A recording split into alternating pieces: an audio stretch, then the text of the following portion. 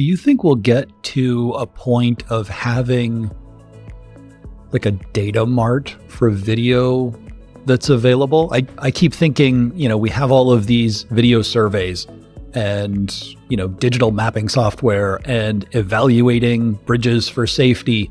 But then we have tons of autonomous vehicles that are driving around in these same places, collecting the same data with the same as or better equipment. Could we just have something there's then the question of who owns that data? Is it the car manufacturer? Is it the driver? Is it, I don't know. And how do you reimburse? The insurance company. That's tough, right? But yeah, insurance companies want all of that information. Yeah, but I mean, there's so much data already being created. How much more do we need to create? How much will we create? That's a different story. But how much do we need to create, and how much can we just share and buy and put in the public domain or into a purchase model or something? I don't know. You're bringing up a good point, and it's interesting because I had this discussion just this weekend. I was at the International Airport Council speaking on computer vision, right, and how it's going to drive the smart airport of the future. And between the airlines and the airports, they're looking at how can they make data accessible, or as I talked about before, how can I make the results of the inferencing around that data accessible? Because one of the things that happens in this new paradigm with a lot of compute at the edge is I can get a thing that I'll call regional bias, right? So let's go back to the driving example, and hopefully I won't offend anybody, but it's just a fact. The way people drive in Florida, for example, is probably different than the way people drive in California, which is probably different than the way they drive in Oslo, Norway, right?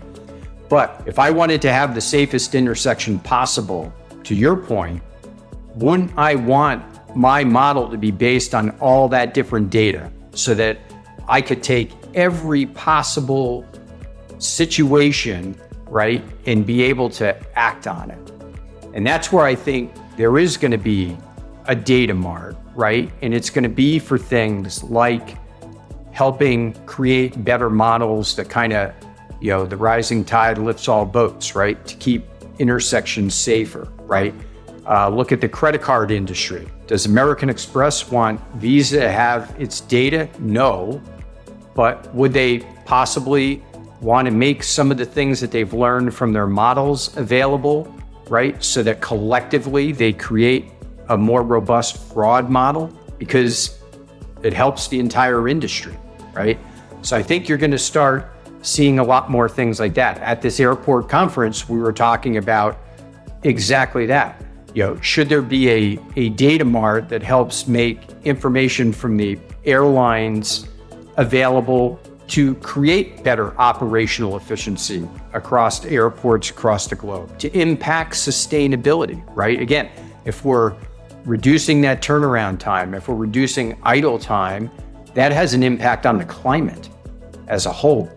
So sharing of that information, I believe, is going to be more prevalent. And there's already pre-trained models available, right?